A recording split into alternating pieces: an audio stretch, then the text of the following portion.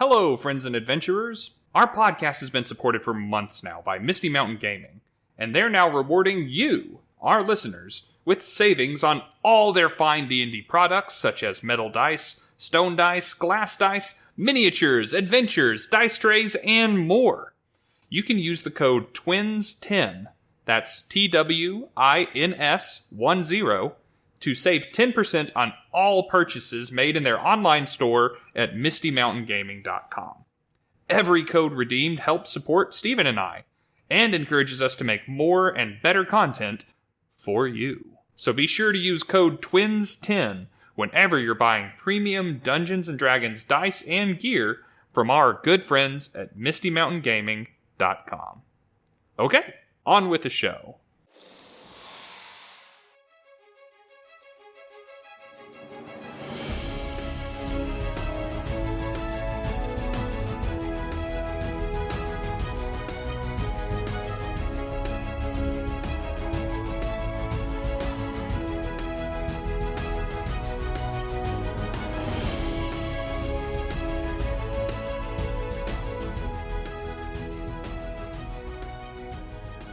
Welcome back, friends and adventurers, to another episode of Bardic Twinspiration. It's me, the D&D wannabe, Rob, back again with my brother, Steven. That's right. Thank you so much for joining us once again.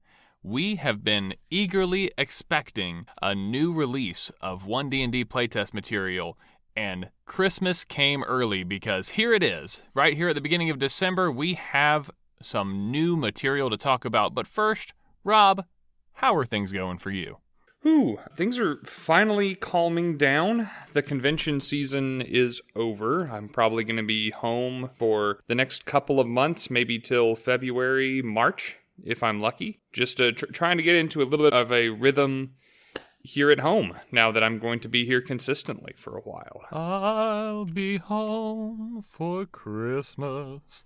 How about you? How are things in your camp? Over here, we are busy as ever trying to get ready for the holidays. We've got a lot of events to attend, a lot of presents to wrap. Basketball season is just getting started for my oldest son, so we're getting prepped up for that. And, just generally trying to survive the holiday hecticness. Just being our family guy, huh? He's a family guy. But despite the fact that things have gotten busy lately, I did not want to miss out on an opportunity to sit down and talk about this material while it was hot off the presses. So Rob and I have made a little bit of time before things get too crazy as we begin the Christmas season and draw closer to the holiday itself to make sure that we sit and discuss. Right, and this is a smaller packet than we have been handed before. True, a mere 26 pages. There's one class, a couple of races, and some new terms and definitions and rules over in the glossary for us to get through. We are going to start by digesting the Cleric and the Life Domain subclass. Now, we've already talked about Bards, Rangers, and Rogues, and their premier subclasses in previous episodes. If you haven't listened to those, I strongly recommend you go back and see what we're building upon before we get into what's new with the Cleric. Go ahead. We're waiting. Okay. All caught up? Perfect. Then let's proceed. So, are you a big Cleric guy in general? Like, what has been your experience in 5e before coming to this content? For Clerics, I have made several, played one. I was thinking about, I think I've only played one Cleric, and it's been a couple of times. It was a Tempest Domain Cleric. Had to get in that extra lightning damage, huh? Yeah, Jonah Rain, I think was his name. I even played him in one-shot with you way back in the day. The one Cleric that I made was also a Tempest Cleric. I decided that I wanted to try out the Tempest Cleric Sorcerer build, and made myself a guy. I called him Shock and Daw. Get it? Shock because of the lightning, and Shock and Awe because he was a big showy sorcerer. I remember Shockin'. Anyway, he was actually really fun. I pretty much copied the build offline, and I took the big damaging spells. I took the transmuted spell from the sorcerer so that I could change things over to lightning damage and use the Tempest Cleric feature to maximize the damage on those lightning spells. It did what it was supposed to, and it was really fun. And then I think I made a Forge Cleric that maybe saw one session of use when we were thinking about getting a campaign online. But other than that, I think at best, maybe I've taken a level dip here or there. Well, even though I haven't played them personally much, pretty much every campaign I've run has featured a cleric since the beginning of my tenure with the game. So I'm pretty familiar with this class, and frankly, pretty familiar with what the life domain subclass was in 5e. And just gut feeling, having looked at this feels like that cleric. And I think that is intentionally the case. 5e did a lot to bring clerics back in a way and to make them an attractive and appealing option. And they didn't mess with the formula too much, but there still are some significant changes that are worth discussing and going over when you're translating it over to 1D&D. Since very early editions of the game, a very popular question when forming a D&D party is, okay, who's going to play the cleric? In 5th edition... It's somebody's kid brother. It's the new guy at the table. But in 5th edition, they took clerics from exclusively the support role and made them really strong in pretty much any area of the game that you want to engage in, as long as you pick the right subclasses. Now, the one that we're going to be discussing today, the Life Cleric, does particularly focus on a support role, making them the quintessential classic cleric. So let's dissect this stereotype of stereotypes, the quintessential cleric, and find out what's new. But let's start by talking about what's not new. They still have the D8 hit die. They're still proficient in wisdom and charisma saving throws. They have the same list of skills to choose from when you pick cleric as your starting class, and wisdom is still their primary ability score. In that regard, not much has changed. And just like in 5th edition, they are also proficient in light armor, medium armor, and shields. The first change that we come to is when we get to their starting equipment. Right. Cleric had some extra options in there, depending on what race you chose and maybe what feats you took if you were playing a variant human in 5th edition, that allowed you to take different types of armor if you were proficient in them, or different weapons if you were proficient in them, such as the Warhammer, kind of a classic cleric choice. But the 1D&D cleric starts with a more finite and decisive list. You're going to start with a chain shirt, which wasn't an option in 5e, as kind of basic medium armor. Certainly the most basic metal armor. A mace, which is nobody's first choice for a weapon. I'm just going to go ahead and throw that out there. Your holy symbol, a shield, a priest's pack, and a little change in your pocket. As far as that priest's pack is concerned, it did get changed from 5th edition. It now contains a backpack, a blanket, a lamp, some holy water, 7 days worth of rations, a robe, and a tinderbox. The old priest pack used to cost 19 gold. Replacing this one would cost 33 in the 1D&D playtest material, so it's at least more valuable. Yeah, and call me crazy, I kind of liked having some of the relatively useless items that the old priest pack came with. It kind of added to the flavor of playing that traveling priest. When are you ever going to use an alms box in a D&D campaign? Never. But a priest had one. And they had candles. That's not useful for exploring a dungeon, but it's useful for late night studying of your sacred texts.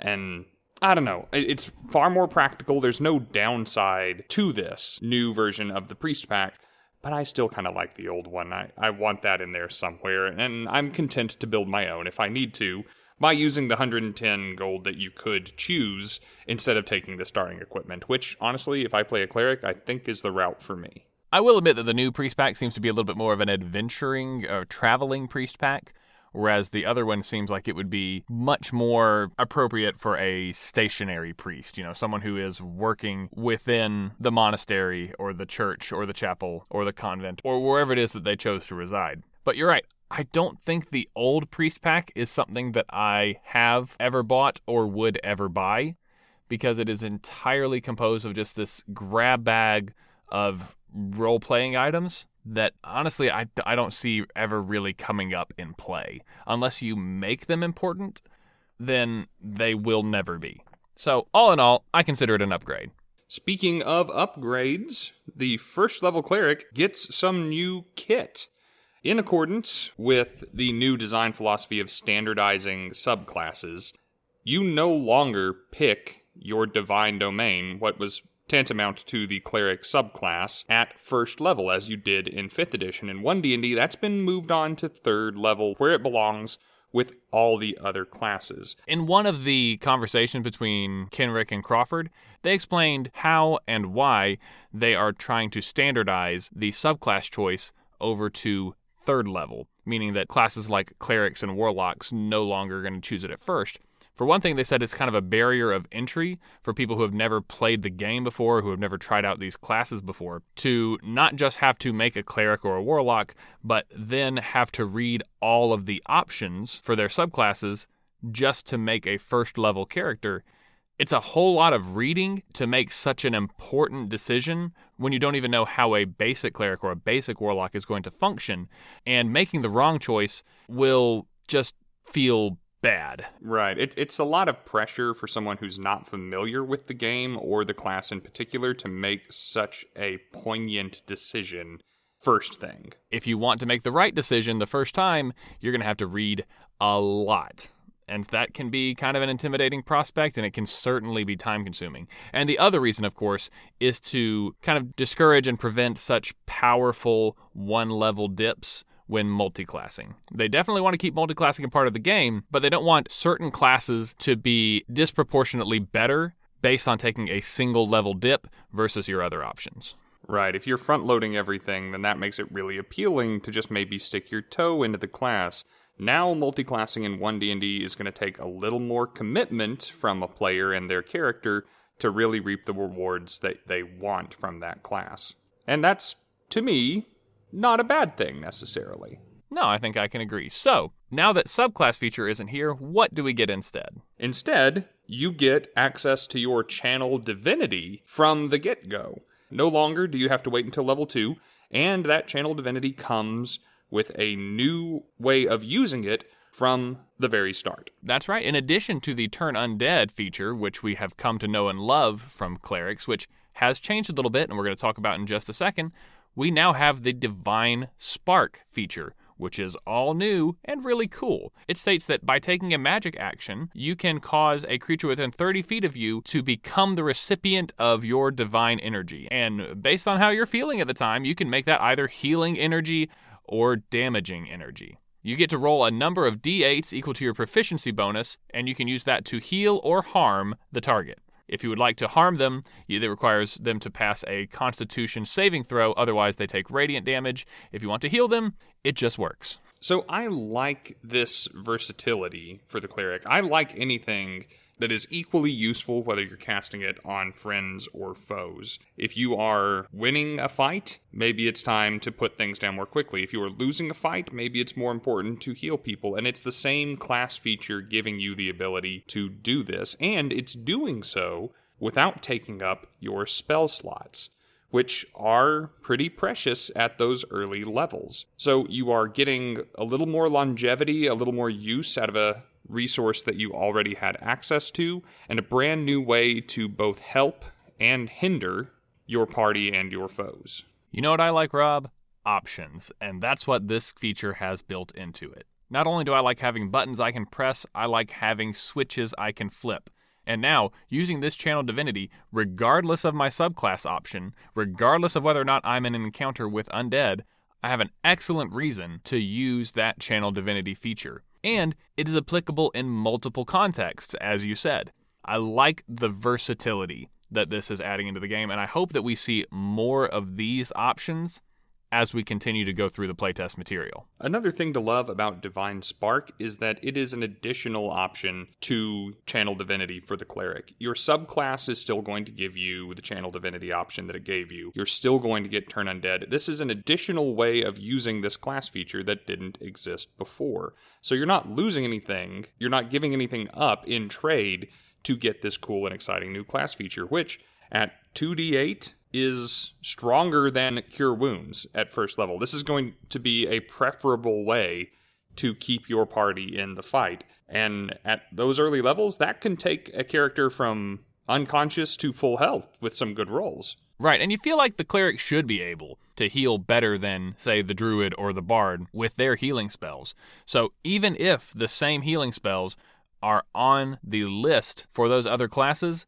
the Cleric still has this option to come in clutch when they're needed. And let's not discount how frequently you can use your Channel Divinity now. In 5e, you would be able to use your Channel Divinity once per short rest at 2nd level. At 6th level, you would get an additional use, and all the way at 18th level, you would get a 3rd. Now it is tied to your proficiency bonus. So whether or not you're able to eke out a short rest, you are going to quickly find that you're going to be able to use this more often as you progress through the levels as a cleric. Whether or not resting is an option for you. As with so many things in the playtest material, being tied to your proficiency bonus means that at first you might not be able to see as much use out of it, but it will quickly even out, and you will eventually be able to use it even more than you could in 5th edition. So I'm excited about that, especially as someone who doesn't play in super low-level campaigns very often, like that 1 to 4 range. For those of us who start at higher levels, you're already starting out as good or better than you were before. Clerics are really going to enjoy their proficiency bonus going up when it comes to the Divine Spark class feature for their Channel Divinity, because not only are they going to get to roll more d8s, but they're going to get to roll more d8s more often. That's right, and because of the way that this is set up, you can now use, from level 1, your Channel Divinity twice in the same encounter, which is something that you previously wouldn't have unlocked until much later on. Even if the number of uses that you could reasonably expect to get in a day was more or less equivalent, being able to use them twice in the same encounter is another boon in my book. I think that pretty well covers Divine Spark, but if you want to keep it classic with your Channel Divinity, you can still turn undead. This works functionally the same way as it did in 5th edition, but bringing it into One D&D means that we need to clarify some terms. Using your Channel Divinity, nearby undead make a saving throw, or are obliged to run away. Or rather, if they move at all, it must be away. This also inflicts them with the dazed condition, which I don't know if we went over that yet or not. If we didn't, it means that they can either move or take an action on their turn. That's it. No bonus actions, no reactions. It's a very unpleasant and limiting condition new to 1D&D. It may sound slightly familiar to those of you who have experience with Tasha's Mind Whip. It's a slightly worse, much better stated version of that effect. The only difference being that, as Rob said, the dazed condition removes your opportunity to take bonus actions, which you previously retained that option with Tasha's Mind Whip. With all that being said, it is a very good effect that you want placed on any undead in your area, making the new version of Turn Undead, in my opinion, empirically better than the old one. Turn Undead is such a classic legacy ability for the cleric in D&D. It was as much of a hallmark of the class as Thieves' Cant for the rogue or Magic Missile for the wizard. But I'm not going to forgive myself for not saying it. We lauded the ranger for saying goodbye to those enemy-specific DM-controlled class features, where they're not useful unless your DM wants them to be useful, and presents you with ideal opportunities to make use of them. We got that out of the ranger. So it's interesting to me that it is preserved here with the cleric. Now, I mean, it is somewhat forgivable because undead are so prevalent across Dungeons & Dragons. They're one of the most, if not the most, common monster type across all the different monster manuals published for the game. So it's going to be useful, probably, but if it's not, I'm really glad we have Divine Spark so we can still get some use out of this class feature. I'm glad that we are not obliged to use this feature in this way anymore. Right, because previous other options to use your Channel Divinity would have been tied to your subclass, which we don't get until level 3. So having Divine Spark right away from the beginning does give us another option, regardless of the encounter that we're in and what sort of enemies that we are up against.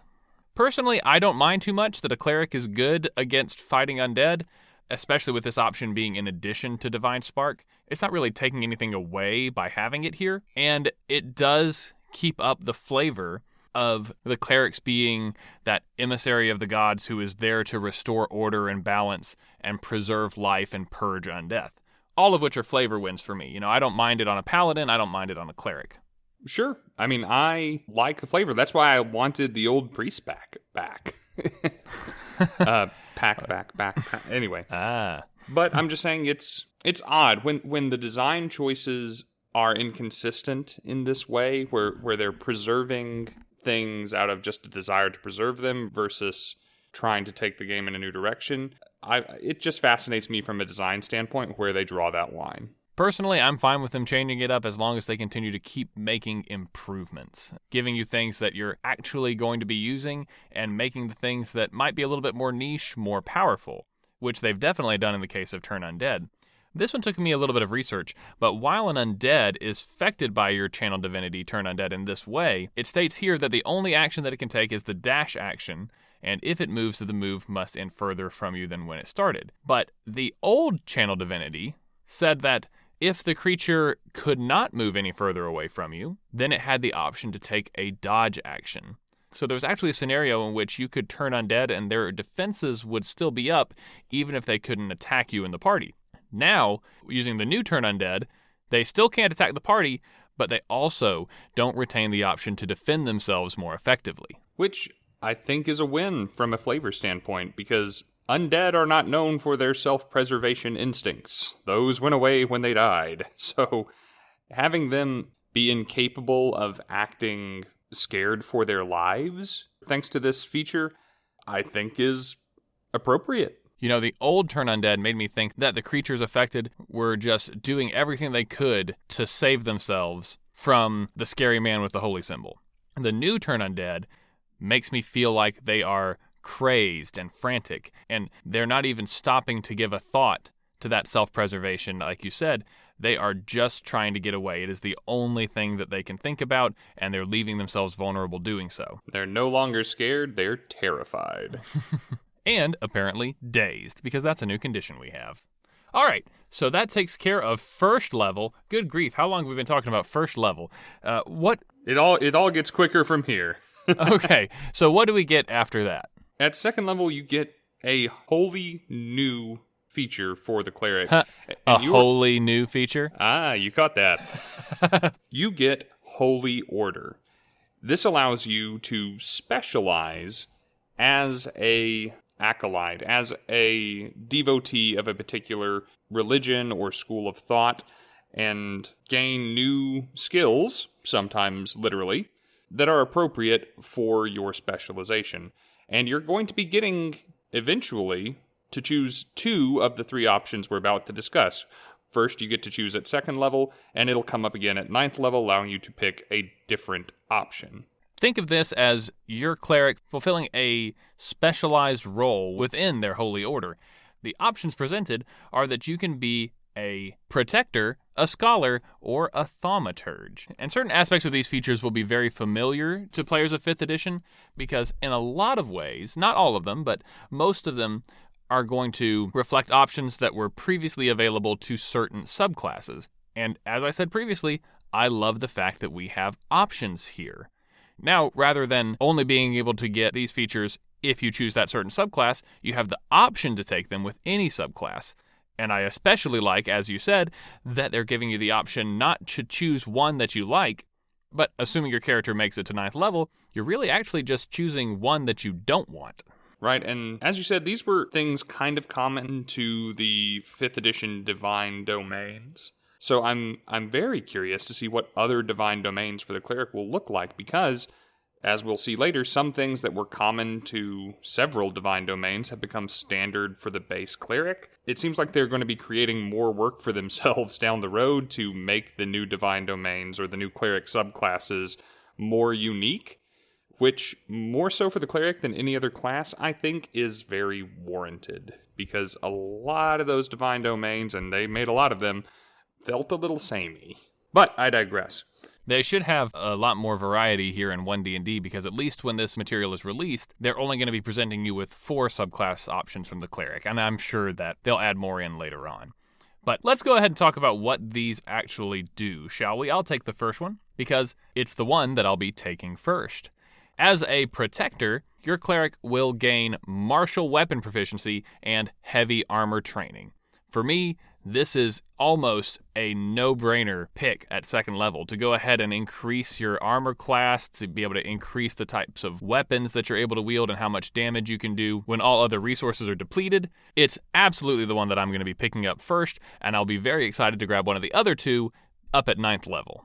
This is for the war clerics, the forge clerics, or at least how we would think of them in 5th edition. This is for the cleric that wishes they were a fighter. This is for the cleric that wishes they were a paladin, and effectively does that job. If you are the martial cleric, this is the one you will take. It's uncomplicated, it's straightforward, and it gives you access to the full gamut of standard equipment in the player's handbook. This one is the easiest and the most straightforward of the three options. And yet, somehow, I still think it's the best. But the next option, the Scholar Order, already gives it a run for its money. This is probably more tempting to someone like me who loves the expert classes so much.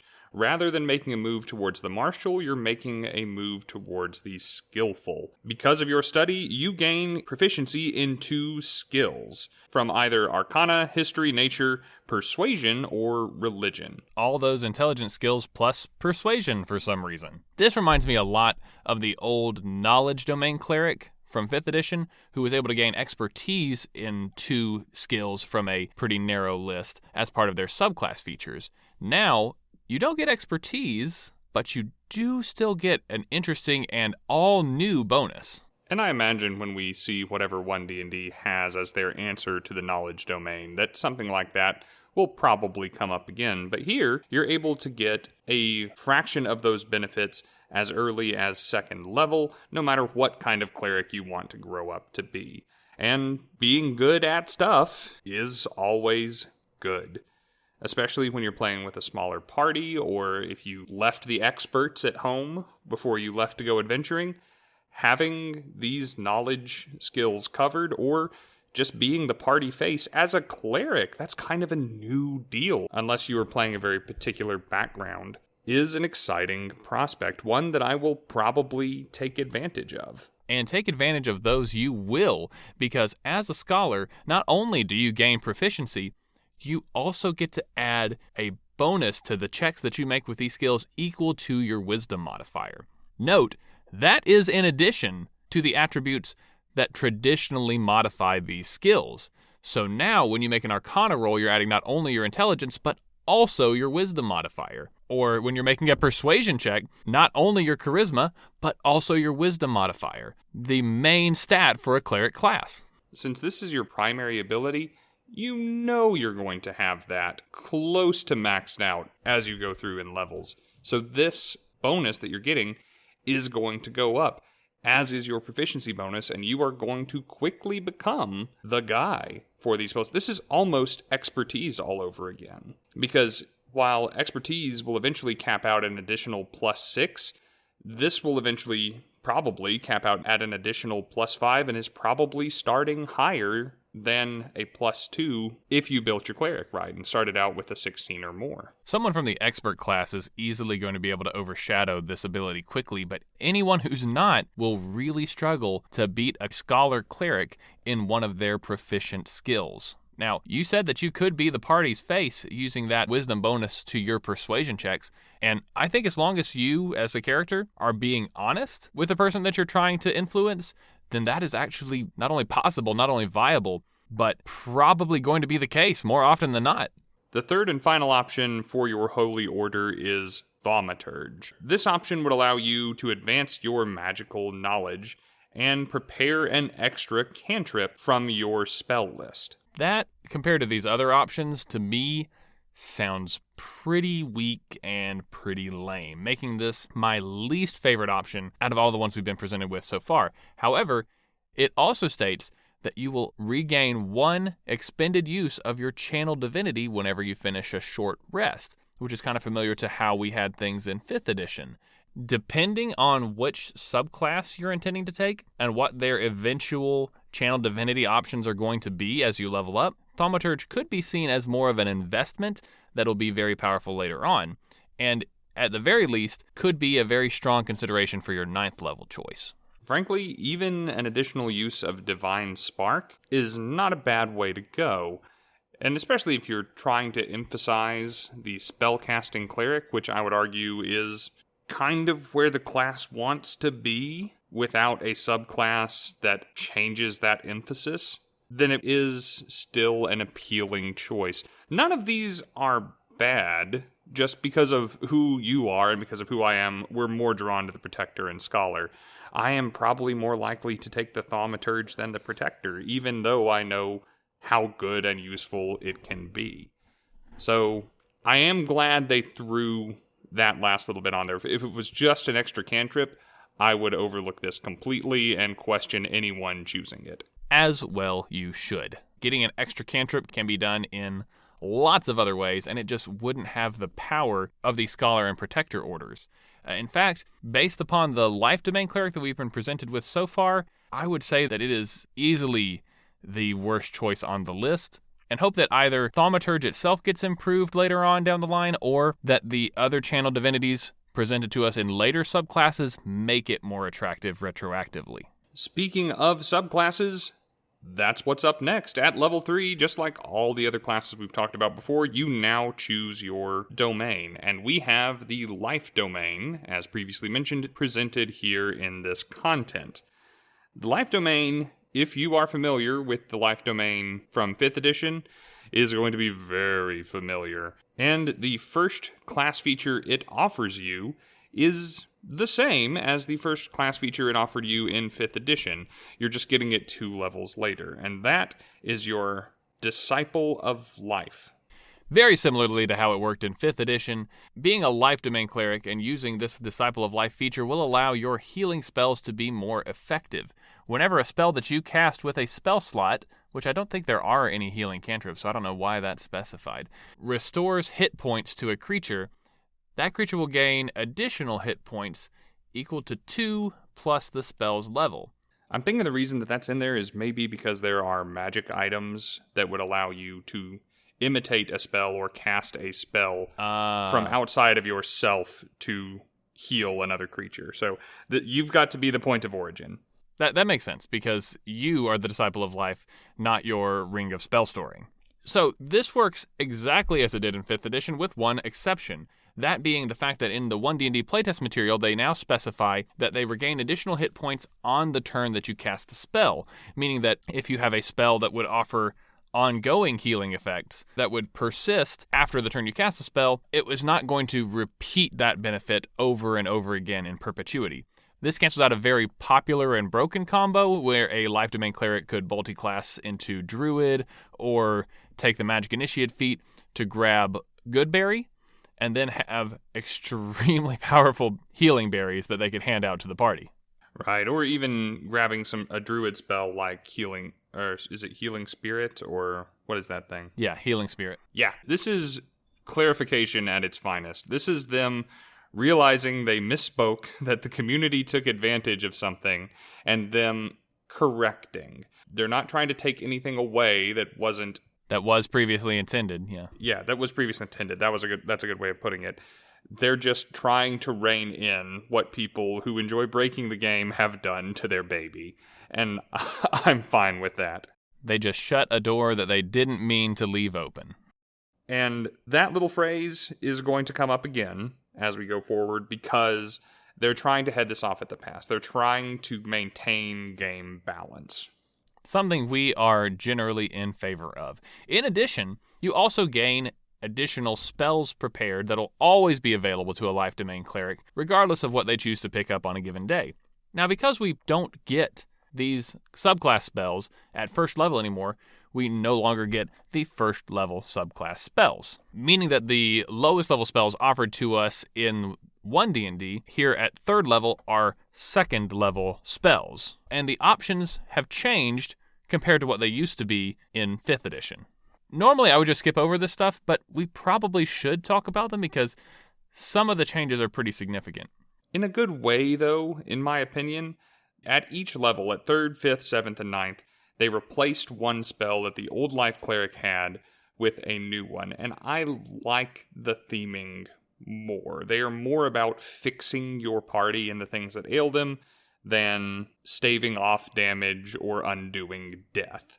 It's more about an abundance of life rather than restoring life. I don't know if that's an appropriate distinction, but I like the things they've changed. Or dealing damage, because they got rid of spiritual weapon there at 3rd level, which is one that I miss. Now, the impact to me of these is not greatly diminished. It's not the same as if you're changing a sorcerer's subclass spells, right?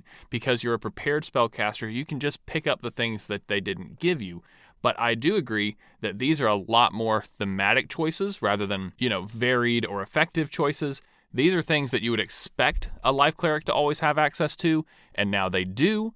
And as a prepared spellcaster, you can just pick up the other spells like Spiritual Weapon that you would want anyway, using your normal spellcasting feature. So at 3rd level, you're going to get Lesser Restoration and Prayer of Healing.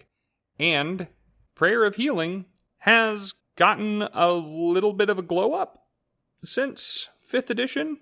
Or it's certainly been changed. Whether or not you think it's better or not, let's find out. Do you mind if we jump away from the Cleric real quick to talk about this new spell? Are you asking me or the listeners?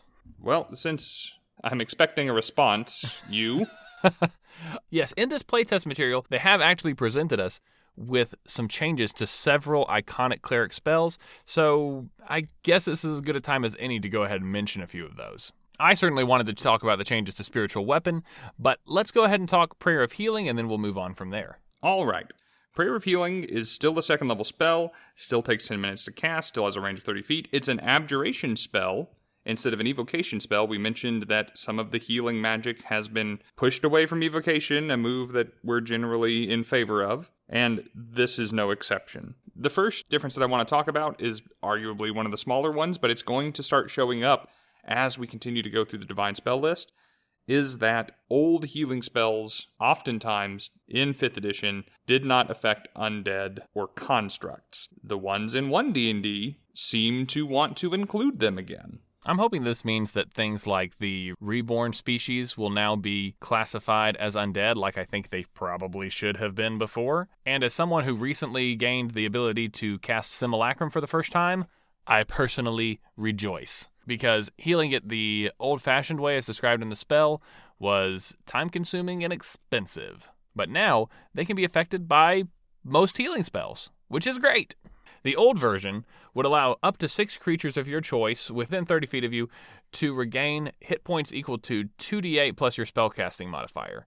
The new version still adds 2d8, but no longer adds that wisdom modifier like it used to. In addition, it does specify that any creature that you would like to be affected by the spell must remain within 30 feet of you for the full 10 minutes. So there's no more leaving the cleric to start casting the spell and then coming back in 10 minutes, leaving them out of anything else that might be going on. Yep, no showing up just for the good part. You've got to endure it with everybody else if you want to reap the benefits. Also, the number of creatures that it can affect is limited to the caster's spellcasting ability modifier. So it's not 6, it's up to 5 now, and probably not 5 when you first get access to the spell. So this sounds like it's worse, but I think it's so much better. Because those affected creatures who are willing to stick around all the way through the 10-minute long prayer not only are healed for 2d8 hit points, but they gain the benefit of a short rest. A spell that gives you the benefit of a short rest. This is I have genuinely made magic items to mimic this effect. Not only do you heal, now you can spend hit dice. This spell is going to be the Warlock's best friend. They're going to get all their spell slots back after sitting around and listening to the Cleric pray for 10 minutes. Right, I am not going to miss that wisdom modifier of extra healing that I would have gotten from the old version. I'm not going to miss that one extra person who was going to be affected by the spell. None of that matters when I get to spend my hit dice, which come back much faster now in One D&D, by the way. Or the main thing that I'm excited about, the fact that so many class features are refreshed on a short rest now. Being able to use this at later levels to give the Warlock all his spell slots back, or a Bard all of their uses of Bardic Inspiration back. Yeah. That's going to be game-changing. That's going to be adventuring day-changing. That can easily make the difference in upcoming encounters, whether or not you're going from having no resources to getting most of them back is crazy. There's no other game effect that I'm aware of that mimics this. I love the idea, and I know this is probably not going to happen in most D&D games, but I love the idea of a little skirmish and both sides retreating to lick their wounds, and both of them starting to try to get the benefits of a short rest, and the one side just taking 10 minutes while the cleric casts the spell and just jumps upon the enemy while they're still recuperating. This is really going to accelerate how quickly you get through a dungeon, how quickly you are able to press on, and how much you're able to get done in an adventuring day. Of course, now you can only benefit from this spell once per long rest. So you're not getting multiple free short rests just because the cleric had an extra spell slot sitting around. But the fact that you can do it at all is such an open door. I guess that is the balancing nerf to the spell, is the fact that now your uses of this spell are no longer determined by your spell slots. You can use it once per day. Because they've made some changes to how long rest functions, you categorically cannot use this twice within the same 24-hour period. Don't care, still taking it. This is awesome. Hey, speaking of cleric spells that they changed, do you want to talk about the fact that guidance is back in a big way? Yes, I do! Oh man, I was so... I almost wept when I read this. I wish I were joking. I was so happy. So the creators at Wizards of the Coast are doing what they call A/B testing, which is where they present you with one thing, gauge a reaction, present you with another and gauge a reaction, and decide to move forward based on which one received better feedback. Guys, log on while you're listening to this podcast and tell them you like the new version of guidance better, because in a previous episode, as we've been going through this playtest material, I mentioned that if they made one change to the guidance spell, it would be borderline broken, overpowered, amazing, a must-have spell. But as it currently stood, I would hardly ever decide to keep it. Well, the time has come, ladies and gentlemen. The guidance spell went from being our second favorite in the game to being a will never pick option cantrip. And now it's probably a must-have for every cleric, because they did go back through and make that change. Let's talk about how guidance looks now. I hope you all remember how guidance used to look. It was a spell you cast in preparation for an ability check. It required your concentration, yada yada. And I think Steve still loves the preparatory aspect of the 5th edition guidance spell. When they gave it to us for One D&D, they moved it to a reaction. Instead of preparing, you were responding to a failed ability check and able to add a d4 to the roll, potentially turning it into a success. And they gave it an increased range of 30 feet, no longer a touch range. These seemed like moves in a positive direction, but they added this terrible little paragraph at the bottom that said that an individual character could only benefit from the spell once per long rest. And that was so damning. Forgive the cleric terminology. It was damning. It made it so that was the only cantrip that had any kind of a limitation on its use. Cantrips are meant to be used and abused. Darn tootin'. That's the whole point of having a cantrip, is that you can cast it as often as you want. And while technically that was still true with the previous version of the guidance spell, what's the point of casting it as often as you want if you and each of your party members can only benefit from it once? Well, now here in the One D&D playtest material, Guidance 2.0 has removed that restriction. It still works as a reaction. They've limited the range to only 10 feet of you, but who cares about that? Because now you can do it whenever you or a party member within 10 feet of you fail an ability check, adding that d4 to the roll. Even if I only ever cast this on myself, it is still a must pick for any of the clerics that I make going forward. Right, and casting it on yourself may be the main way that we see this used. This is going to be the cleric's catch-all, especially if we're playing the life cleric that we saw earlier, who's getting to add their wisdom modifier on top of their proficiency and their other ability scores to certain checks. This is going to practically guarantee their success, in my mind. And as often as you are in danger of failing, you can add this. And since it's a reaction, it's not costing any part of your turn. And since it's a cantrip, when we're not in combat, we're using it as often as we need it. It is, as you said, once again, it's a must-take for Divine and Primal casters. Man, can you imagine this on a Holy Order of the Scholar cleric? That guy's going to be making some crazy rolls as early as level 2. Now, The one thing that this takes away from you versus the 5th edition version is your ability to cast guidance on someone and then send them on their way. Bless you, my child, go in peace and succeed. That is gone. Now they need to be next to you in order for you to take advantage of that. And of course, you're not going to be able to affect the entire party at the same time. But all in all, I think this is just a much better version of the guidance spell. Oh yeah, I'll take reactions over concentration every day of the week. Speaking of cleric spells that you can cast with a reaction, did you notice that the resistance cantrip is also a reaction now? I did, and I know, at least at my tables, I mean, it wasn't True Strike, but it was very often overlooked. Just the former version of resistance was unappealing. It was also allowed you to add a d4 to saving throws, allowing you potentially to succeed. It's the saving throw version of the guidance spell now, and this current version of it has the same range, it has unlimited uses, it's instantaneous, it's in response to a failure. It's saving throw guidance now. It is exactly the same as guidance, but for saving throws, meaning that this is now a must-have for me as well. Because, oh my gosh, saving throws are the thing that I am most terrified of failing in the game. Oh yeah. And I think everyone else should be too. The worst game effects are locked behind saving throws. As much as I love the guidance spell for what it does to my ability checks, I am even more excited for what it can now do for saving throws. And resistance being an action in 5th edition made it one of those that I would never pick, but what I have always thought that it needed was the ability to be a reaction, and here it is. As long as they're within 10 feet of you, you can add that d4 to a failed saving throw by yourself or a party member. And while this isn't going to save your party from a Dragon's Breath attack or from a Fireball or Lightning Bolt or the Slow spell, you can probably tell which of the party members amongst yourself and those within 10 feet of you is going to have the hardest time making that save. I don't know it's always going to be me. I'm not using my reaction on anything else. I'm saving it for this while we're in combat. If we're against something that's going to be able to be casting spells or breathing fire, this is going to be what my reaction is good for every turn, and it's going to me, as I'm going to be good at this now. Well, you know the most important person to keep up in any party is me. No, it's not you. It's the cleric. If you're the cleric, then it's you. If it's not you, then it's the cleric, because they're responsible for getting everyone else back.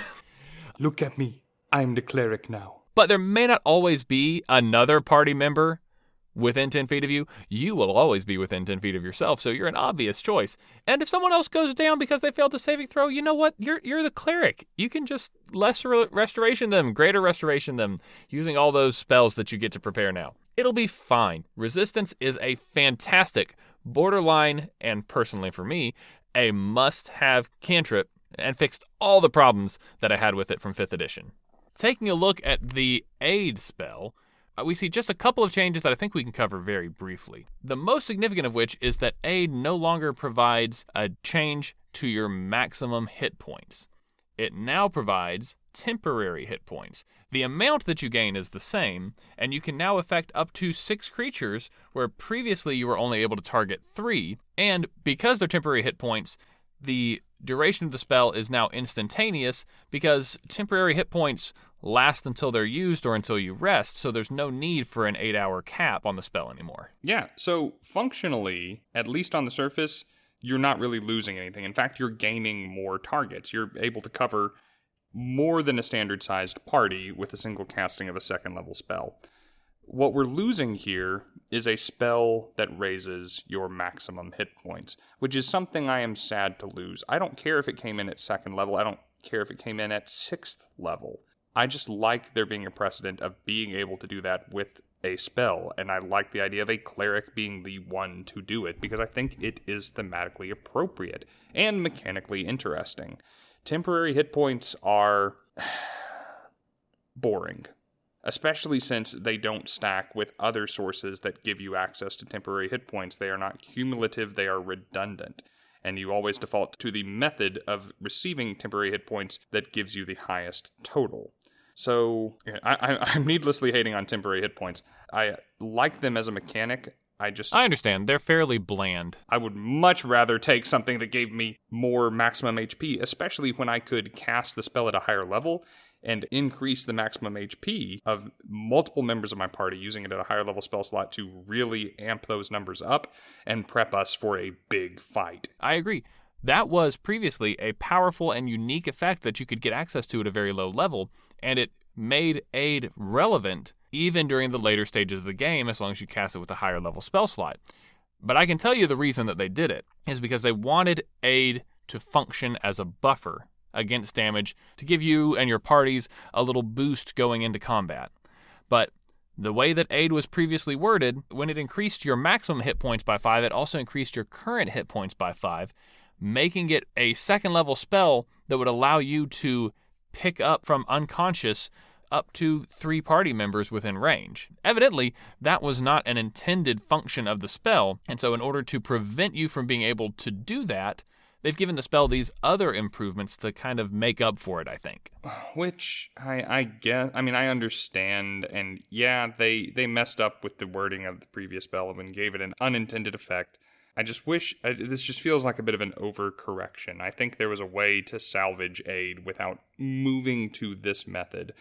Although, kind of like we said with the Inspiring Leader feat back in our feats episodes, aid can snowball. If you have 5 other allies ready to receive this spell, then at second level you're handing out 30 temporary hit points. At third level you are handing out 60 temporary hit points. At fourth level you're handing out 90 temporary hit points. It's not a bad spell. I'm just sad. You know, I'm now, for some reason, envisioning a party of paladins and clerics and maybe a divine soul sorcerer all casting aid on each other and just increasing their maximum hit points through the roof. Oh, in 5th edition. In 5th edition, right. You can't do that in 1D&D using this system, but that idea to me is entertaining, and I think I would like to try it sometime before maybe it potentially goes away, and it kind of makes me wish that they had kept the functionality of aid that they had previously and just added something like, you must have at least 1 hit point in order to gain this benefit. There you go. Easy. What did that take you? 3 minutes to think up? There you go. And yet this is what we were stuck with. Maybe this will be some of that A/B testing you were talking about earlier. If you think my idea is better than Wizards of the Coast ideas, tell them about it when you take your survey. 2 more spells to go, and we'll save the most controversial for last. So let's talk about Banishment real quick.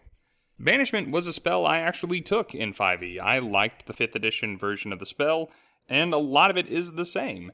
They've added a single caveat, though, that is going to make it less useful in the long run. But let's talk about what's the same. It's still an abjuration spell, it's still a 4th level spell, and it's still a concentration spell for up to a minute, and you are rewarded for keeping that concentration all the way until the minute is up. When you cast the spell, you pick a target and send them to a harmless demiplane, provided they fail a charisma saving throw. And the entire time that they're there, they're not pestering you in the party, and you can set up an ingenious scheme to take them out when they return, if they return. If the spell lasts for a full minute on the target, and they are an aberration, celestial, elemental, or fiend, they do not come back, but instead are transported to a random location on a plane associated with their creature type. Right, so you're shunting Fae back to the Fae Wild, and elementals to their relative elemental plane, or celestials back to the outer planes. Aberrations to the far realm, etc., etc. This is how it worked in 5th edition, but rather than allowing it to be subjective and saying, oh, well, they're from there, they just kind of go home, we're codifying that it affects particular creature types, which arguably, I think, leaves less wiggle room for the Dungeon Master to weasel their way out of your spell. It just makes it clearer. Speaking of weaseling your way out of their spells, that was my main problem with Banishment before, is if the target fails to make 1 saving throw, it is gone for a full minute, and depending on its creature type, could be gone from the whole encounter/plane of existence. As I started to DM more and more combats, I came to really loathe the Banishment spell, to the point where if I wanted to make a challenging encounter, I had to include legendary resistances just to get around these characters' banishments. It's basically save or die from the Dungeon Master's perspective, right? If I fail this save, my monster is gone. And I always thought there should be something that I can do as a Dungeon Master other than just break that player character's concentration in order to get my monster back. And now there is, because in the new version of the spell, they've made a couple of changes. First off, they've halved the range on it. I mean, that helps have less things get banished in the first place. But secondly, the target now repeats the saving throw at the end of each of its turns for the minute, meaning that these extraplanar creatures are a lot less likely to be gone permanently when they're affected by the spell. Now, of course, they might have low charisma stats, or it might get put into a situation where that save is borderline impossible for them to achieve, but there's at least a chance in most situations for that creature to come back, and I always thought that that's what the spell needed. So you're saying there's a chance? I'm saying there's a chance. Yeah, so it's definitely a nerf to the spell, right? The spell is not as good by consequence of this, and that's probably means it's going to see less use. And I wonder if, as eager as Wizards of the Coast is to have that enthusiastic attaboy from the fan base, if this one isn't going to be changed before its final published version. But I think it is necessary, especially since, bad guys can cast these spells too. The player would hate to be banished for an entire combat, because being stuck in that demi-plane for a solid minute is 10 rounds of combat. A lot of fights don't even last that long. Now you have an opportunity to return to the fight, but so do the bad guys. And to be able to banish one of these particular creature types back to their native plane, they have to fail their save 10 times in a row. And if they do that, they deserve to be shunted back to that plane.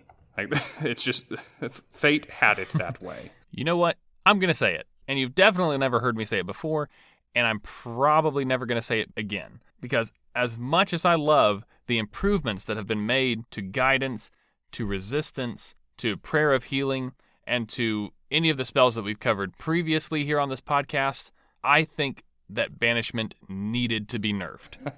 To me, it was possibly the most problematic spell that I could think of from 5th edition. I mean, there's things like Spiritual Guardians and Fireball that really kind of hit above their weight class, and it can be hard to plan against those in an encounter, but nothing beats having to account for banishment coming up one or more times per combat. So I personally am very happy with this nerf. There, it's on record. I have said it. You guys can record it. This is probably the only time it'll ever happen. So I'll be going on and filling out the survey to tell them that I am very happy with this. If you disagree, then maybe just hush for a little bit. It's okay. Share your opinions. D&D is for everyone. Well, you said that you were a fan of the improvements made to those other spells. Even though this spell is now objectively less powerful, I think it is still an improvement, and that's the point of this document, is to improve the spells, and sometimes that means reining them in a little bit. Speaking of reining in spells, let's talk about the divine force in the room. Spiritual Weapon got nerfed as well. Or did it? You will find a lot of people online right now angry that Spiritual Weapon, again, kind of a must-take for clerics, is now a concentration spell. But as they take with the left hand, they give with the right. This is going to be possibly the most controversial thing presented to us in this playtest material. Spiritual Weapon is and was an iconic cleric spell. It was free damage. Exactly. It was so widely appreciated because it gave clerics a ranged attack option dealing force damage that they could use reliably with their bonus action every turn, and they could still use strong battlefield control and healing spells using their concentration without giving up on the damage. Now, of course, it's still going to give clerics something to reliably do with their bonus action, which clerics definitely need, but now it is to the exclusion of those big concentration spells. Which I think is deserving. I think that Spiritual Weapon, even as it existed in 5th edition, was a powerful and worthy spell.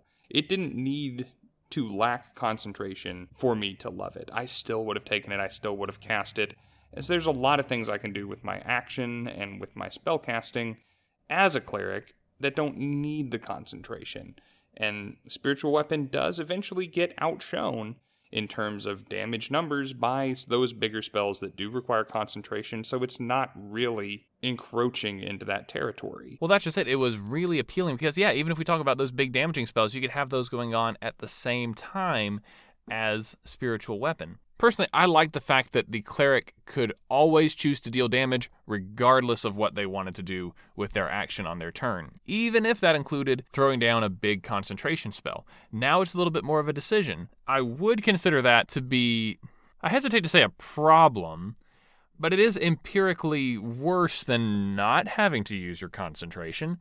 However, all things considered, I think that I prefer the new version of Spiritual Weapon because it solves one problem that I found particularly frustrating with the old version of the spell. When you cast Spiritual Weapon at higher levels in 5th edition, it didn't scale well. In fact, it was one of, if not the only, for certainly the only one that I can think of, that only increased its damage for every second level above the base level that you cast it at, meaning that it was a pretty criminally inefficient way of dealing damage using your higher spell slots. Now, every spell level that you cast Spiritual Weapon above 2nd level, you're getting an additional d8 of force damage. It's scaling as well as any other spell in the game, and that, even at the price of concentration, I think is a good move. I think it makes Spiritual Weapon relevant longer. Right. Yes, as you progress as a Cleric, Spiritual Weapon is going to scale well. It's going to scale with you. It's going to rival some of the higher level spells in terms of damage, especially when you consider that you can pump out that damage every turn for 10 rounds of combat. So long as you maintain your concentration. That is going to be a little bit more of the trick. You have the opportunity to stay out of the thick of things by having a remote-controlled weapon floating and harrying your enemies, and now you're probably going to want to keep them at arm's length while you're using this, just to make sure you get your money's worth out of the spell slot. Everyone's going to build their Cleric differently, and I know that a lot of people are really going to have problems with the fact that it is concentration now. Personally, I think that the pros outweigh the cons, because how slowly that damage scaled felt really bad casting it as a higher level Cleric. As a matter of fact, I like Spiritual Weapon so much that I actually used one of my Bard's magical secrets to get it before. And I really enjoyed it at low levels and just completely forgot about it at higher levels because of this scaling issue. I would love for my Bard to have access to Spiritual Weapon from the One D&D playtest. Let's go ahead and put that into perspective before we move on. If you got this spell at 3rd level, as soon as you had access to 2nd level spells as a Cleric, it would deal its d8 of force damage. It would not deal a second d8 of force damage until you reached level 7. A lifetime of adventuring before you're able to get any more damage out of your Spiritual Weapon. Now, you just have to wait 2 levels, same as with any other scaling spell. And to see another increase, it would be another 4 levels. Now it's only another 2. It's a big move in the right direction if you love this spell. If you can get over the fact that it's requiring your concentration now, I agree that this is a positive change. And I kind of think that the people who are sad about it online are kind of missing the point of how good this is about to be for them. Hey, do you remember that time we were talking about clerics? What? Something that far back? Come on, man. Only Pepperidge Farm remembers that far back. Well, you know what? Let's go ahead. Now that we've covered the changes to the spells that the clerics get access to, which I would argue they are still a full caster class, so changes to their iconic spells are worth talking about when we're talking about the features of the class itself. Let's go ahead and carry on from 3rd level to 4th and talk about what every class gets at 4th level, a feat, or an ability score improvement, which is now a feat. It's standard, it's what you get. And afterward, you get a souped-up version of Turn Undead, one of your Channel Divinity options. This used to be known as Destroy Undead in 5th edition, now called Smite Undead. Formerly, when you used this Channel Divinity feature, you would smoke undead who were below a certain challenge rating, and that challenge rating increased as your cleric increased in level. And let's be honest, it was pretty low. At 5th level, it affected creatures of challenge rating 1/2 or lower, and even by the time you made it all the way up to 17th level, it still only affected creatures of challenge rating 4 or lower. It's getting rid of minions. Now, don't get me wrong, I don't think that you should have a feature that is just going to obliterate undead of a significant challenge rating, but it almost seems like a DM would have to design an encounter with this CR in mind in order to have it reliably come up. Or just have a cleric, or a player who is playing a cleric, have a basic familiarity of what challenge rating the undead that they're up against are. And it gets really messy when you're having your players fight custom homebrewed undead when you didn't come up with an appropriate challenge rating for them. It was a little bit messy from a gameplay standpoint. So they've cleaned that up. Now, instead of sometimes destroying creatures and doing nothing to others, now every undead creature that fails its saving throw against your turn undead channel divinity takes radiant damage. You roll d8s equal to your proficiency bonus. There's that proficiency bonus coming up again for the clerics in association with d8s. It's a theme.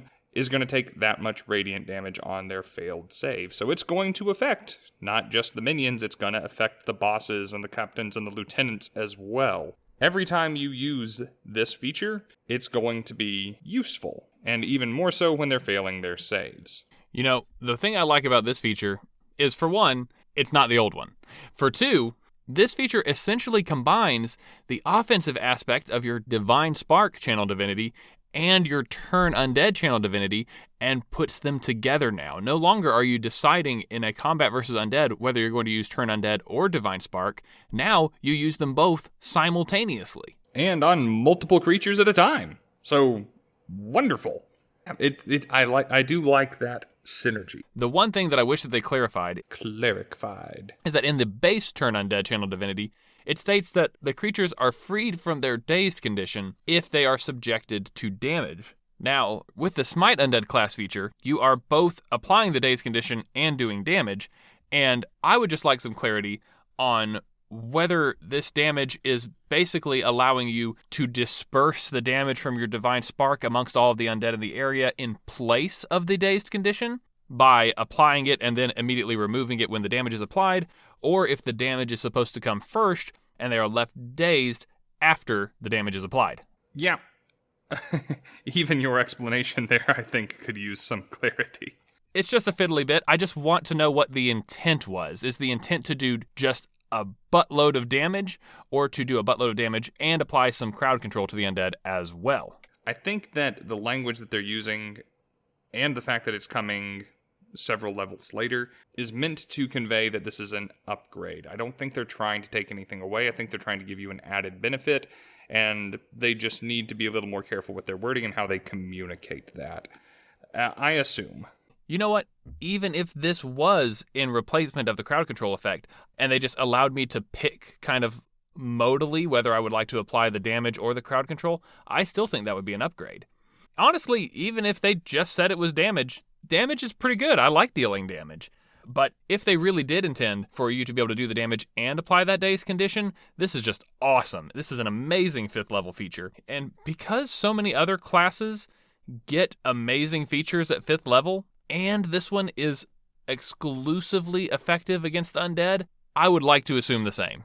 Well, don't forget, this is 5th level. So as a full class caster, you're getting access to those 3rd level spells right now as well. Which is good, because honestly, and this goes back to what you were saying before about class features that are only specific in certain situations. If the only thing that I got at 5th level was exclusively useful against undead, it would feel just as bad as the old school ranger. Because this Smite Undead feature does not modify your Divine Spark in any way, it only modifies the turn undead aspect. Moving on from one way to use your channel divinity to another, you unlock your next subclass feature at 6th level. Finally. The Life Domain Cleric gets Preserve Life at 6th level, formerly something they unlocked at 2nd level in 5th edition.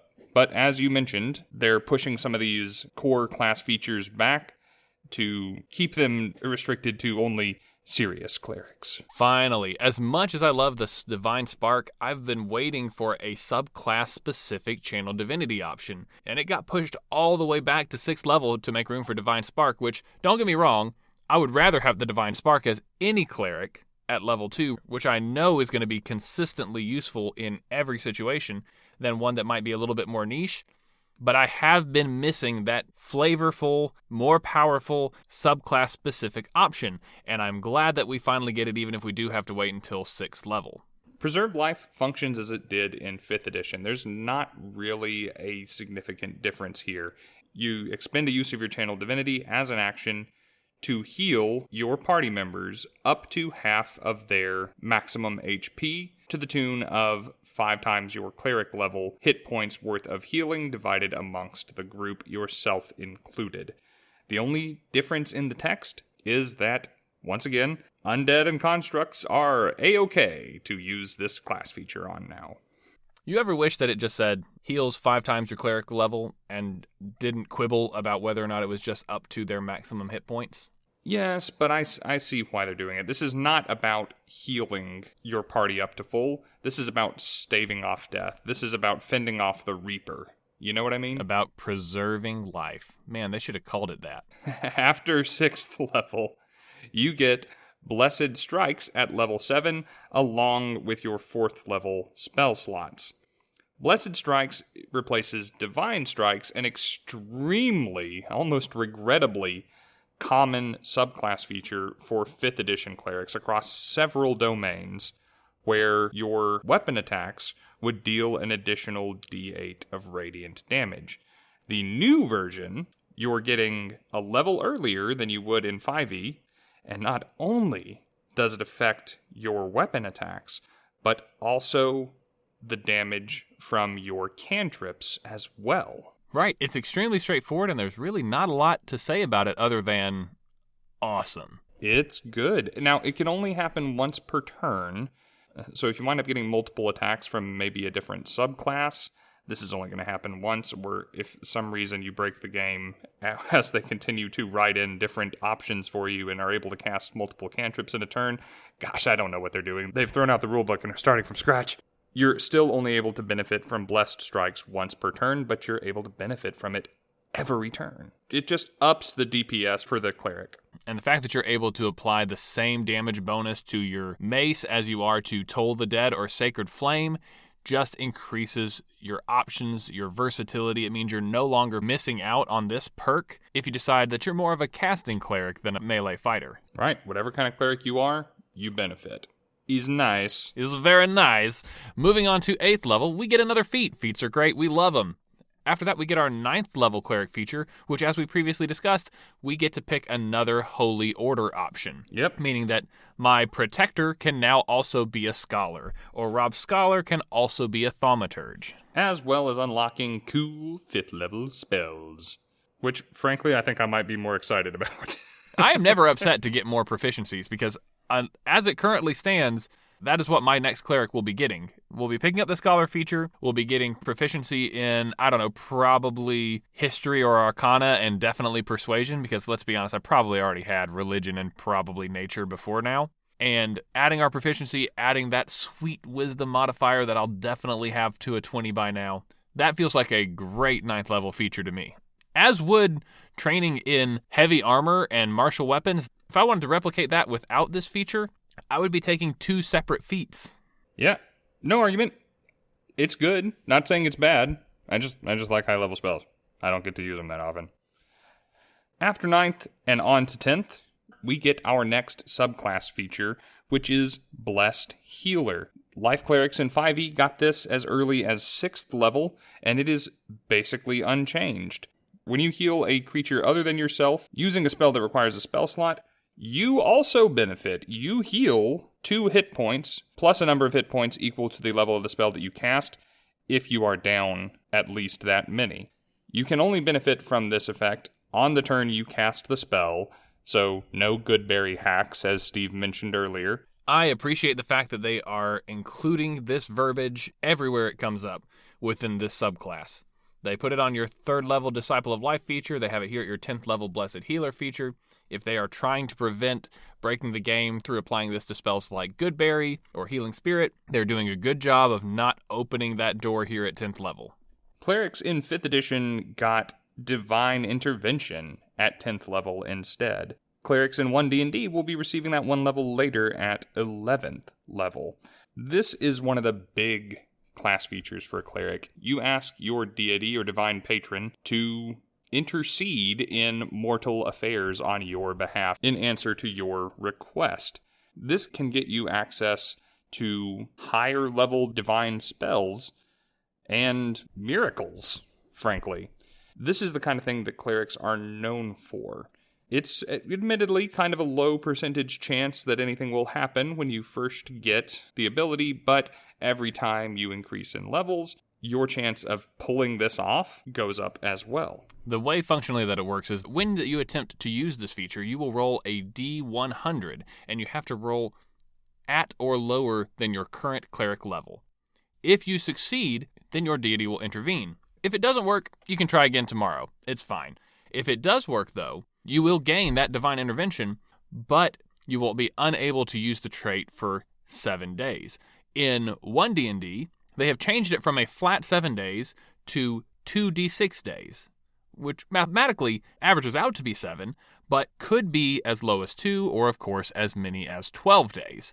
It's injecting a little bit of chance honestly, at kind of an odd place. Like, I don't know why they made that change. I guess it's just an excuse to roll more dice. But because the average is the same, and it could be better, could be worse, I don't guess I'm really upset about it. I don't really care that they changed it. It seems an odd thing to change. Well, it's setting a precedent for our 18th level upgrade to this class feature, where those 2d6 are going to get smaller and mean that we're going to be casting a infinitely more reliable version of this class feature more regularly. So hang on to that. We'll get there. And I will say before we move off of 11th level that you're also unlocking those 6th level spells here. Assuming I still remember how to count, then after 11th level comes 12th level, which is another feat.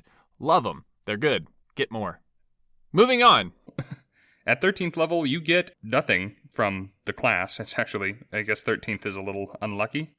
But you do get access to 7th level spells, so enjoy that. And that proficiency bonus goes up. We haven't been talking about the proficiency bonuses as we've been going. So not only are you enjoying those 7th level spells, but your channel divinities just got better, but all your channel divinity options just got better. And more frequent. Previously in 5th edition, the clerics had several levels where they didn't get any class features.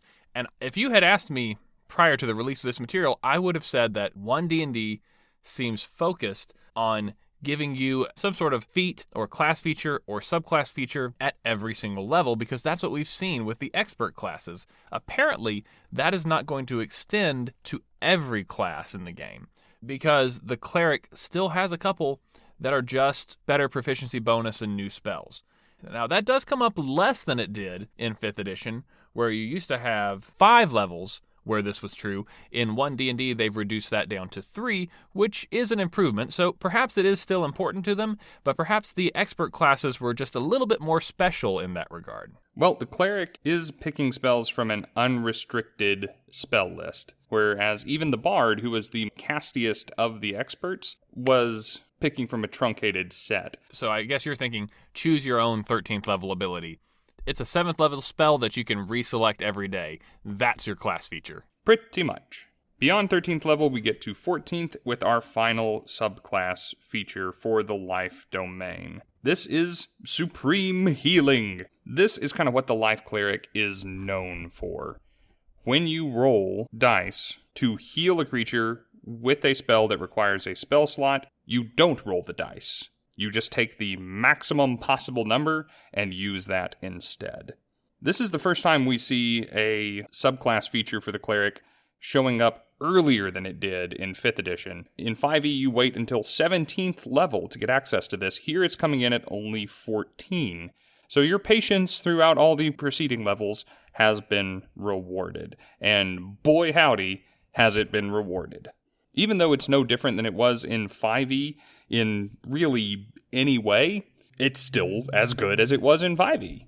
And it's worth the wait, and it's a shorter wait. For those of you who enjoyed it before, you will be enjoying it just as much now, even earlier. And that's it for the life domain subclass for the Cleric. Everything else that the Cleric's going to get is just coming from their class. And here is where things really start to speed up, because here at 15th level, once again, we have no class feature to discuss either. The Cleric simply gains access to 8th level spells, no proficiency bonus change, and no additional features. At 16th level, we will get to pick up yet another feat. And at 17th level, our proficiency bonus will increase to 6, meaning that all of our skills improve.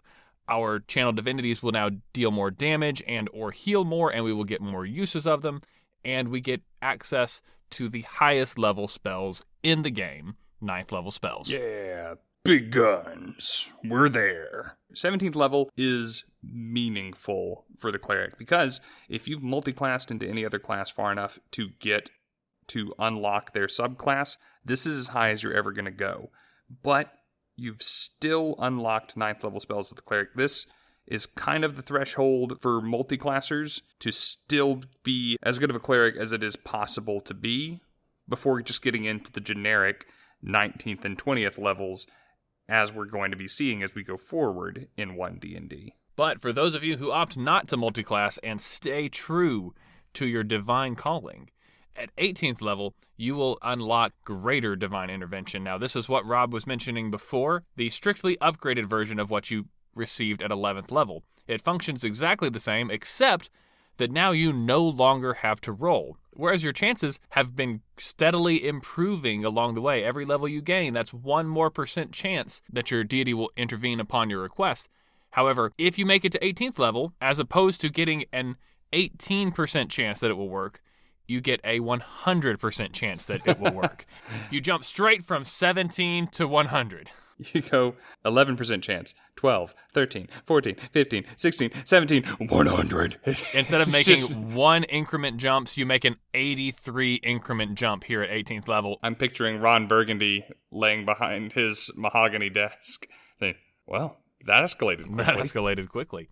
I mean, that really got out of hand fast. What a reward for the people who decide not to multiclass. Those of you out there who can resist the temptation. In addition to the unfailing success rate that you are going to have using this feature now, it also comes back faster. As we mentioned back at 11th level, the rate at which it returns is now variable. Previously, it was 2d6 days, averaging out to around 7. Now it is 2d4 days, averaging out to around 5. But in both cases, possibly coming back as early as 2 days later, and now coming back at a maximum of only 8 days later. By now, you are probably getting it back faster than you did in 5th edition. Because in 5th edition, the rate at which it returned never changed. It remained consistent from 10th to 20th level. It's interesting that D&D canonically works on a 10-day week, and yet the channel divinity reset every 7 days. It was just an odd thing. That's true. Isn't that just a Faerun thing? Am I wrong? I haven't really spent much time in the other settings. Yeah, but you will see it pop up throughout their published adventures as well. 5th edition kind of low-key sets that expectation, but it doesn't mind if you don't follow it. Beyond 18th level, we have what everyone gets at their capstone levels. We leave the Cleric behind, and you're now just a high-level player character, giving you a customizable final 2 levels. At 19th level, you select a high-level feat from the list. Looking forward to seeing more of those as they are released. Maybe 19th level feats will be huge, or maybe they'll just be something that you failed to pick up at an earlier level. Guess we'll have to see. And at 20th level, we gain an epic boon. Now, we've already discussed all of the ones that were available to the expert classes, and some of them were generic, and some of them had some overlap with the priest classes, such as the Cleric. But in this playtest release, they've given us 3 new options that are available to the priests that were not available to the expert classes. If you remember from our previous discussions for the classes, epic boons are the supposedly game-breaking, nigh-divine abilities that 20th level characters unlock, rather than being forced into a usually disappointing capstone ability in 5e. It's something that you choose for yourself, and they've not all been winners so far. As Steve said, we have 3 new ones presented here in this playtest packet. Let's find out where they fall. I'm going to start off with the epic boon of True Sight because it does exactly what you think it does. It gives you True Sight out to a range of 60 feet. For those of you who know what True Sight does in 5th edition and are familiar with it, it functions exactly the same way as it used to. They have even codified it here in this playtest material. Yep, and they've thrown in those little headers, those individual aspects of the sense that we so very much love. It's going to make referencing it so much easier, and that, I think, is the only reason they have reprinted it, because it is functionally identical. First off, you can see in normal or magical darkness. If there are any invisible creatures within the radius of your vision, you can see them. If there are any nearby illusions, you can automatically see through them without having to make any ability checks or saving throws. If a creature or object that you can see has been transformed by magic, you can discern its true form. And finally, you can see into the ethereal plane simultaneously while perceiving the material plane. I see dead people. I think this one is pretty good. It's obviously better than Blind Sight. This is one of those that, once again, it's going to come up as often as your DM wants it to. It's going to depend on how often they present you with magical darkness, invisible creatures, illusions, shape changers, things in the ethereal plane. Like, honestly, as a DM, I don't really consider what's going on in the ethereal plane unless it's somehow combat relevant. So this is just one of those that might be amazing, or it might be nothing. You say it's better than Blind Sight, but if you're blinded, you can't use True Sight. But if you're true, you can still be blind? But while you can see, I think, yeah, definitely you are correct. True Sight is huge and powerful and relatively inaccessible to player characters, so having it as an epic boon makes sense. I mean, I think there are going to be more exciting options that are going to tempt me away, and we would kind of have to be playing a campaign that emphasized things that True Sight would help me against for me to want to take that over the other options. The thing that fascinates me is why this is locked to the priest class group. I don't see why a rogue or a druid couldn't have this. That is interesting. I think it's probably because True Sight is typically a divine quality, isn't it? Kind of. Like, it's something that you most frequently see on, like, gods and demigods and demon lords and things like that. So maybe it's just a special conference that they are bestowing upon their most devoted followers. Whatever it is, it's not bad. Hey, speaking of things that might pull you away for better and more attractive options, the epic boon of spell recall is not one of them.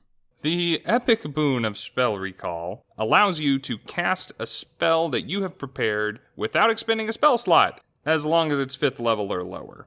And you can do so once per long rest. Look, one extra 5th level spell slot every long rest isn't worth getting out of bed for. At best, it could be an extra 1st level spell. I don't know why it would be, but that's the 5th level spell is a best case scenario. Okay, look, a wizard can use Arcane Recovery to regain a 6th level spell slot. On a short rest. On a short rest. This is hot garbage.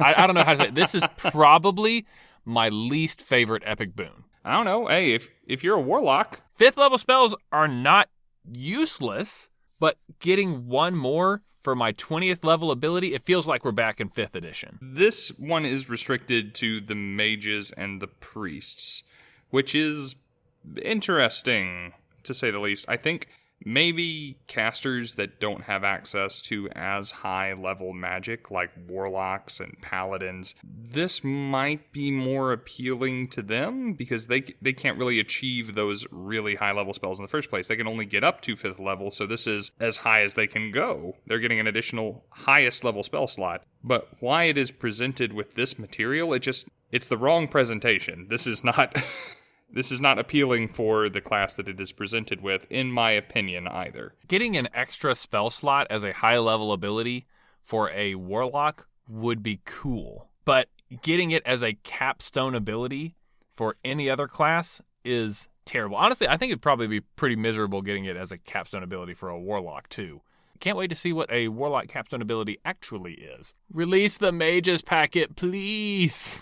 I'm getting the feeling it's going to be the last one. The only other epic boon we have to discuss in this packet, yes, there's only 3, how efficient, is the epic boon of fate. Restricted to the mage or priest groups, when a creature within 60 feet of you makes a D20 test, You remember that is an attack roll, saving throw, or ability check, all the big three. You can roll a d10 and add the number as a bonus or penalty to the roll once per short rest, or once per initiative. This is easily the best one on this list, and actually fairly strong even compared to some of the other ones that we looked at before. Because in some ways you can compare it to Bardic Inspiration because it's something that you can add to a check to help it succeed or fail.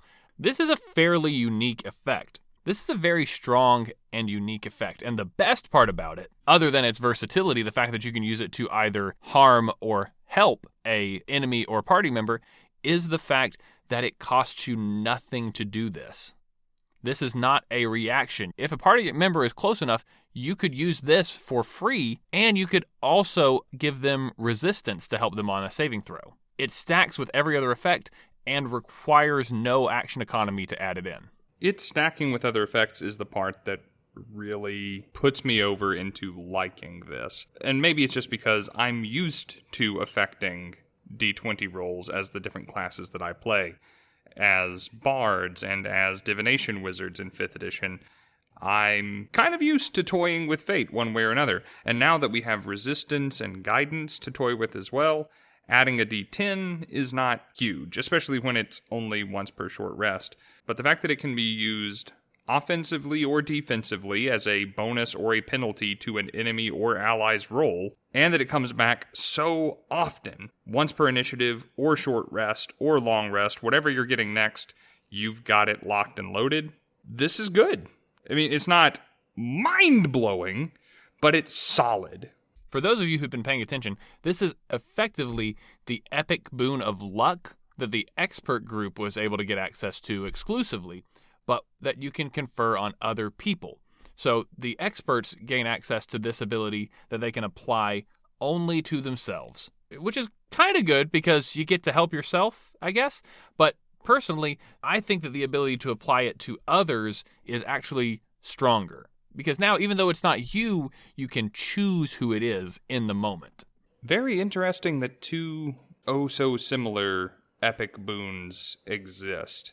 Did the world really need both, I wonder? Or is it possible that the epic boon of fate, as it exists, may be the only one that survives, or vice versa? Interesting. But I don't like things that are so similar. Well, I think that it makes a thematic sense for an expert to have that ability selfishly, and for a priest or also a mage to be able to have that feature magnanimously. And I think that's probably why it's divided, is for thematic reasons. The experts help themselves, the priests help other people. Priests or mages, and I haven't known a lot of magnanimous mages.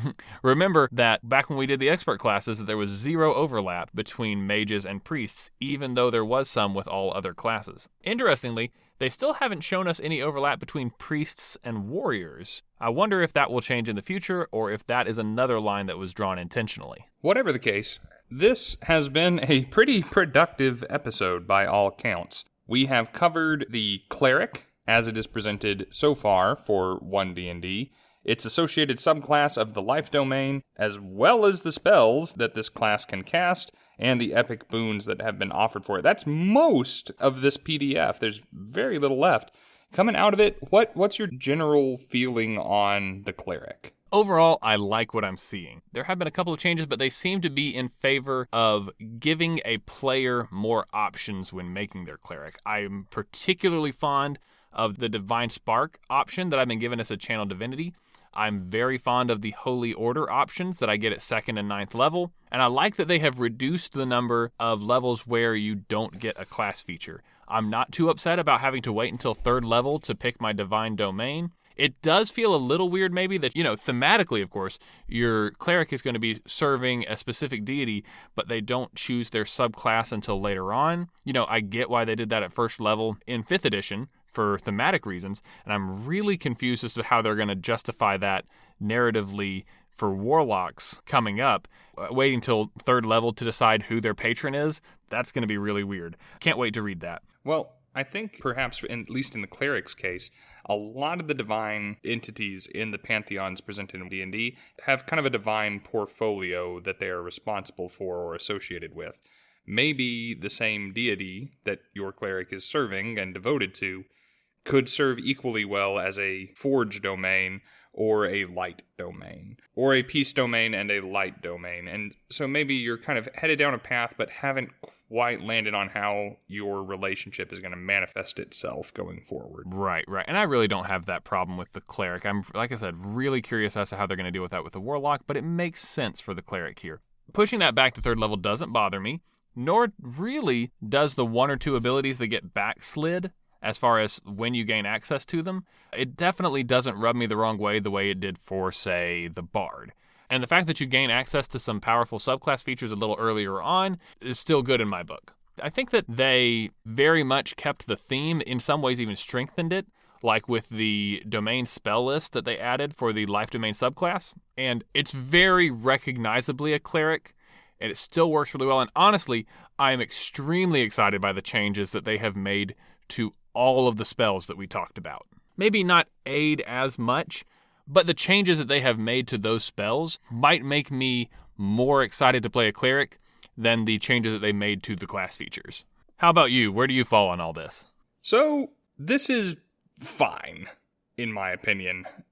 I'm wondering where the work went, where the time went, because the life domain is practically word for word what was in 5th edition. They just shuffled the levels around. The class features didn't really change. Some of them just moved out of subclasses and into the core class. The Holy Order thing is new. I like it. The Divine Spark thing is new. I like it. I want more new. This is a whole new edition of D&D. Show me something new. And I guess I've got to wait for other subclasses for the Cleric to find those things. This is inoffensive, but I'm not excited to play a Cleric the way that I was when we came off of the Ranger and the Rogue. And that's a little bit of a shame. Now, like you said, I do like the extra effort that's being put into the Cleric spell list. And maybe that's where WotC's effort went. Is the Cleric was fine, we just needed to tweak the spells to keep them where we wanted them. And if so, good. I look forward to running for those Clerics in One D&D in the future. I'm probably not going to play one. Yeah, I think that that's where you should be focusing some of your excitement, is into the fact that you're now going to get access at level 1 to the brand new guidance spell and the brand new resistance spell. And at level 3, you'll get access to the brand new spiritual weapon and other improvements that you maybe aren't as readily obvious reading through the class and subclass features, which, again, I do feel like have improved overall. Maybe so. And, the Bard did grow on me after we recorded, and maybe this one will too. The strength of the Cleric has always been in its spell list, as opposed to in its class features, but I do feel like they gave them some better class features to go along with it, and they did make some improvements to the spell list, so overall, I count this as a win. And I will intend to let the writers at Wizards of the Coast know how much I appreciate all the improvements that they've made, and, as always, write in a couple of concerns or suggestions, like we previously discussed, to the aid spell. Well, I think that pretty exhaustively covers the Cleric and puts a nice button on this episode. There's a little more in this playtest packet that needs to be discussed, and we did skip that first playtest packet from back in the day. Maybe in the new year, we'll come back and tackle what's left here, go back and touch on that, and dig into the different species as they've been presented for One D&D. There's a good bit to talk about there. In the meantime, if you would like to follow along with us and read ahead about some of the things that we're going to be covering soon, we'll put a link to the One D&D playtest material in the episode description, and there will be a button on that webpage as well that you can click to fill out that survey along with me. Based on some content that they've released recently, it seems like the writers at Wizards of the Coast are reading through those survey results, and they are actually paying attention to the comments. So that only makes it even more valuable that we give our feedback, so that in 2024, they can give us the game the way we want to play it. You have to look no further than the revised version of the guidance spell to realize that, yes, they are listening. And as we dig into the glossary, we will find more things that have changed, and for the most part, for the better. I think that I am going to be very excited to play One D&D when it is finally released, if not before, and it will be all the more rewarding knowing that we did some small part to help make it happen and help make it the game that we want it to be. As far as the Cleric goes, though, what have been your favorite class features? What are your feelings on the Cleric? Are you excited to play one, or did it kind of fall flat for you? Head down to the description of this episode to find out all the places where you can make your opinions known to us. Also below the episode, if you wish to support us, your humble, friendly neighborhood podcast creators, you will find ways to do so by following the links down there. Well, the holidays wait for no man. I have some more shopping to do, more presents to wrap, and eventually, maybe at some point, some more sleep to get. I fully intend to enjoy my Christmas holiday, and I hope that you do the same with yours as we wait to finish out this playtest packet on our next episode of Bardic Twinspiration. Merry Christmas. See you then.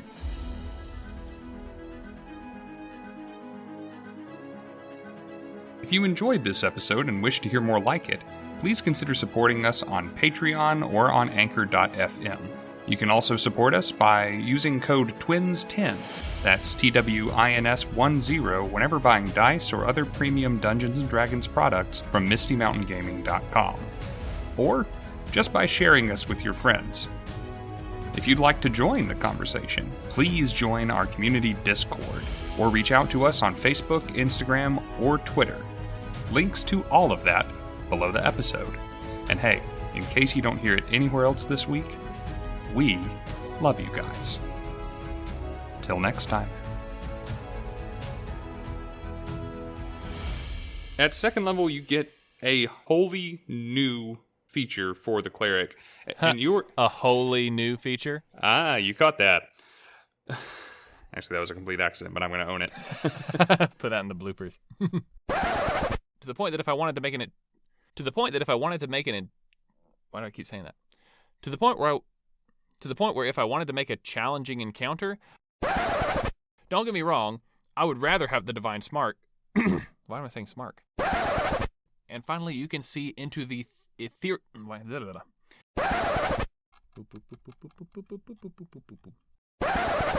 You really like this one, huh? No, I said it's not one of them. Oh. It was a joke. You can laugh.